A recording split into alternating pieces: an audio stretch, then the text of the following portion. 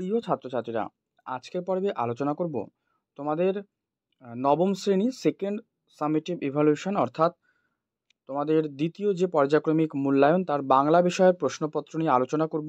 প্রশ্নপত্রটি তোমরা দেখে নাও পরীক্ষার আগে অবশ্যই একবার। তোমাদের কিন্তু 40 নম্বরের পরীক্ষা হবে, যেখানে প্রথমে 1 ঘন্টা 30 মিনিট তোমাদের কিন্তু সময় দেওয়া হবে এই 40 মার্কসের প্রশ্নটি সলভ করার জন্য। তো প্রথমে যে প্রশ্নগুলো রয়েছে আমি প্রত্যেকটা দেখো তোমাদের এমসিকিউ এসএকিউ পার্টের যে উত্তরগুলো হবে সেগুলো আমি আলোচনা করছি। তার পাশাপাশি কোন কোন প্রশ্নগুলো তোমাদের পরীক্ষা আসছে সেগুলো কিন্তু আমি আলোচনা করব। তবে দেখো এবারে এখানে এই যে এক জায়গায় রয়েছে সঠিক উত্তরটি নির্বাচন করো, এখানে কিন্তু 7টা প্রশ্ন দেওয়া রয়েছে।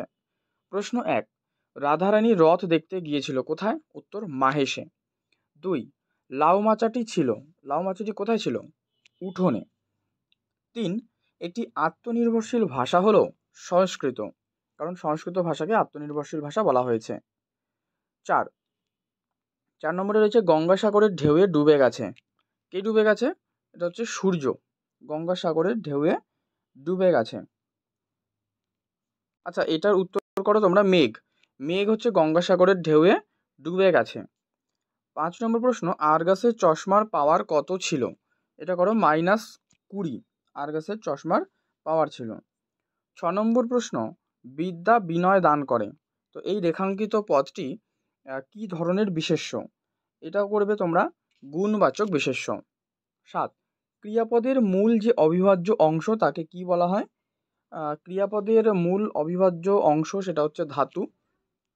এটা হচ্ছে তোমাদের 7টে এমসিকিউ। এরপরে দেখো 2 নম্বর পাতায় যেটা দেওয়া রয়েছে, এই যে এখানে কিন্তু এসএকিউ পার্ট, মানে 15টা শব্দের মধ্যে তোমাদেরকে কম বেশি লিখতে হবে। এখানে 8টা প্রশ্ন রয়েছে, 8টার উত্তরে আমি বলছি। দেখো প্রথম প্রশ্ন, শীত হাত খান, ঠিক আছে, কার হাত কেন শীতল? তো এখানে কিশোরীর হাত শীতল। তো কেন? কারণ সেই হাতে চাল ধুয়েছে, এই জন্য তার হাত কিন্তু শীতল।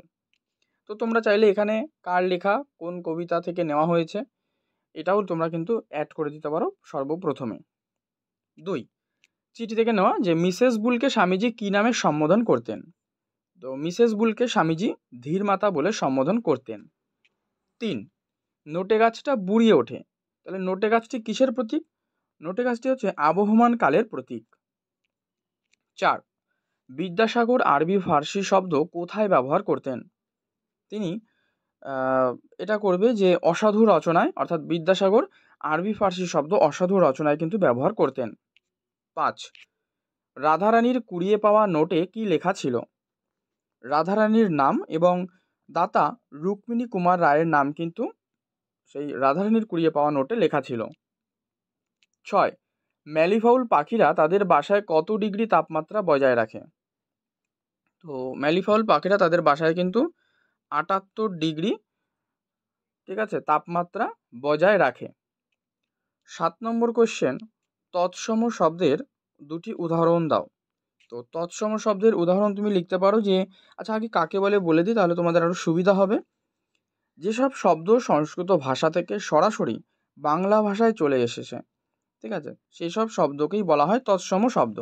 এগুলো তোমাদের আমি আগেও করে দিয়েছি। তো এর উদাহরণ তোমরা অবশ্যই এবারে পারবে, যেহেতু আমি সংজ্ঞাটা তোমাদেরকে এখানে বলে দিলাম। 8 নম্বর, রাম উপসর্গ দিয়ে 2টো নতুন শব্দ। তো উপসর্গ মনে রাখবে সর্বদা শব্দের কিন্তু প্রথমে বসে। তো রাম দিয়ে লিখতে পারো রামদা, রামছাগল, ঠিক আছে, এটা কিন্তু 2টো নতুন শব্দ। আচ্ছা, এবারে 3 দাগ দেখো, এই প্রশ্নগুলো তোমরা অবশ্যই দেখে নাও। কম বেশি 60টি শব্দের নিচের যে কোনো একটি প্রশ্নের উত্তর দাও। এগুলো কিন্তু 3 মার্কসের প্রশ্ন, ঠিক আছে। এই যে প্রশ্নগুলো দেখে নাও, আমি এগুলো আলোচনা করছি না। যদি প্রয়োজন হয় তোমরা নাম্বারিং করে বা প্রশ্নটা কমেন্টে লিখে দেবে, তার উত্তর আমি দিয়ে দেবো। তোমরা আচ্ছা, এখানে আমি আরেকটু বলে দিই যে এই ভিডিও ডেসক্রিপশন বক্সে যাও, দেখো টেলিগ্রামের লিঙ্ক রয়েছে, ওখানে ক্লিক করে টেলিগ্রামে যুক্ত হও প্রত্যেকে। আর এই প্রশ্নের উত্তরগুলো তোমরা ওখান থেকে সংগ্রহ করে নেবে, ঠিক আছে। তো কমেন্টে কিন্তু জানাবে তোমরা প্রশ্নগুলো। যাই হোক, প্রশ্ন কি? 1 নম্বর হচ্ছে এই আমার প্রতিজ্ঞা, মানে কার কোন প্রতিজ্ঞার কথা বলা হয়েছে? 2, নোটখানা তাহারা ভাঙাইল না, মানে রাধারানীরা সেই নোটটি ভাঙায়নি। কারা কেন নোটটি ভাঙায়নি? মানে একটা কথা আছে লাস্টে যেটা পেয়েছিলাম যে তারা দরিদ্র হতে পারে কিন্তু তারা লোভী নয়, ঠিক আছে।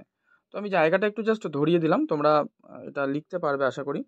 আর না পারলে কমেন্টে লিখবে, আমি উত্তর দিয়ে দেবো তোমাদের। 4 দাগের হচ্ছে 60টি শব্দের মধ্যে উত্তর। বলছে কবিতা থেকে যে এরই মাঝে বাংলার প্রাণ, কবি কোথায় বাংলার প্রাণকে অনুভব করেছেন। 2, ঘাসের গন্ধ মাখে, কে কেন ঘাসের গন্ধ মাখে। এই দুটো। তো এখান থেকে যে কোনো একটা কিন্তু লিখতে বলা হয়েছে, একটাই লিখবে। নেক্সট চলে যাও 5 দাগে, এবার 5 মার্কসের প্রশ্ন পাবো। দেখো যে বিঘ্ন আছে বহু, কে কোন বিঘ্নের কথা বলেছেন তা আলোচনা করো। আর 2-এ রয়েছে যে সংস্কৃত ভাষা আত্মনির্ভরশীল। দেখো এই প্রশ্নটাই কিন্তু এমসিকিউতে দেওয়া রয়েছে যে কোন ভাষা আত্মনির্ভরশীল, এরকম বলে পেয়েছিলাম। তো লেখক সংস্কৃত ভাষাকে আত্মনির্ভরশীল বলেছেন কেন, ঠিক আছে, এবং বাংলা ও ইংরেজি আত্মনির্ভরশীল নয় কেন। এটা কিন্তু 5 মার্কস টোটাল। এবারে 6 দাগে কবিতা থেকে দেখো রয়েছে 150 শব্দের মধ্যে লিখতে হবে একটা, 5 মার্কস। দুটোর মধ্যে একটা কি কি, আকাশে 7টি তারা কবিতায় কবির দেখা বাংলার রূপ নিজের ভাষায় লেখো। আর 2, ফুরোয় না তার কিছুই ফুরোয় না, জীবনের কোন অভিজ্ঞতা থেকে কবি এই সিদ্ধান্তে এসেছেন তা আবহমান কবিতা অবলম্বনে লেখো। ঠিক আছে, এই যে একটা রয়েছে না তোমাদের যেটা করিয়েছিলাম যে ফুরোয় না তার কিছুই ফুরোয় না, দুরন্ত সেই পিপাসার এক গুয়েটার দুরন্ত পিপাসা। তো ওই লাইনটা কিন্তু ঠিক আছে, দুরন্ত এক গুয়েটা সেই পিপাসা, মানে এই যে লাইনটা রয়েছে এখান থেকে কিন্তু এটা লিখতে হবে, মানে কোন সিদ্ধান্তে পৌঁছেছেন কবি। আচ্ছা 7 দাগে যাও, 150 শব্দের মধ্যে লিখতে বলা হচ্ছে, এখানেও একটা, 5 মার্কস। এটা কিন্তু তোমাদের যে সহায়ক পাঠ বইটি রয়েছে ওখান থেকে নেওয়া। বলছে এই পাখি আমার চাই, হ্যাঁ, বক্তাকে কোন প্রসঙ্গে তার এই উক্তি শেষ পর্যন্ত তিনি কি করেছিলেন। আর 2, অর্নিথন যন্ত্রের প্রয়োজন ফুরিয়ে গেছে। তো অর্নিথন যন্ত্রের কি, এর প্রয়োজন হয়েছিল কেন, প্রয়োজন ফুরিয়ে বা গেল কেন। ঠিক আছে, এই প্রশ্ন দুটো। তো দুটোই প্রশ্নই তোমাদেরকে কিন্তু আমি করিয়ে দিয়েছি, দেখবে। নেক্সট 8 দাগ রয়েছে তোমাদের ব্যাকরণ অংশ থেকে, যেটা ভাবার্থ লেখো। ঠিক আছে, একটা দুটো দিয়েছে ভাবার্থ। একটা হচ্ছে এই যে কি বলছে একবার তুমি দেখো, মৃত্তিকার নিচে অনেক দিন বীজ লুকাইয়া আছে, মাসের পর মাস এইরূপ কাটিয়া গেল, শীতের পর বসন্ত আসিল, এখন আর লুকাইয়া থাকিবার প্রয়োজন নাই, বাহির হইতে কে যেন শিশুকে ডাকিয়া বলিতেছে, আর ঘুমাইও না, উপরে উঠিয়া আইসো, সূর্যের আলো দেখিবে। তো আস্তে আস্তে বীজের যে ঢাকনাটা সেটা খসিয়া পড়ে, 2টি কোমল পাতার মধ্য হইতে অঙ্কুর বাহির হইল, আর এক অংশ ভেদ করে উপরে উঠল। মনে হয় শিশুটি যেন ছোট মাথা তুলে আশ্চর্যের সাথে নতুন দেশ দেখছে। এটার একটা ভাবার্থ লিখতে হবে। ভাবার্থ আমি তোমাদের আলাদা একটা পর্ব বলে তোমাদের ভিডিও করে দিয়েছি, তোমরা প্রিভিয়াস পর্বগুলো একবার দেখো, সেখানে কিন্তু ভাবার্থ কিভাবে লিখতে হয় তার একটা এক্সাম্পল সহ আমি বর্ণনা করে দিয়েছি। 2, এখানেও ভাবার্থ দিয়েছে, এটা আর পড়ছি না, এটা তোমরা দেখে নাও। ঠিক আছে, তো এই হচ্ছে তোমাদের সম্পূর্ণ প্রশ্নপত্র। এটা একটা নমুনা প্রশ্নপত্র আমি আলোচনা করলাম প্রিভিয়াস ইয়ারের। তো এটা দেখে তোমরা কিছুটা প্রশ্ন ধারণা নিতে পারো যে কোন কোন প্রশ্ন বা কেমন ধরনের প্রশ্ন হতে পারে পরীক্ষায়। তো এই হচ্ছে সমস্ত পর্ব। তো পর্বটি ভালো লাগলে লাইক করবে, শেয়ার করবে, চ্যানেলে নতুন হলে অবশ্যই সাবস্ক্রাইব করে রাখবে। তার পাশাপাশি প্রশ্নর কোনো উত্তর প্রয়োজন হলে তোমরা কমেন্ট করো, এবং পাশাপাশি টেলিগ্রামে যুক্ত থাকো, সেখান থেকে সম্পূর্ণ ফ্রিতে সংগ্রহ করে নিতে পারবে পিডিএফ সহ।